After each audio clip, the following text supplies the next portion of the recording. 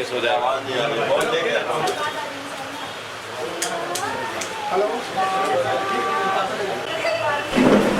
मैं खेसारी लाल यादव दीपावली की ढेर सारी शुभकामना तक की ढेर सारी शुभकामना और पूरी मीडिया ग्रुप को मेरे तरफ से दिल से थैंक यू कि आप लोग इतना वक्त बोलिए इतना दूसरे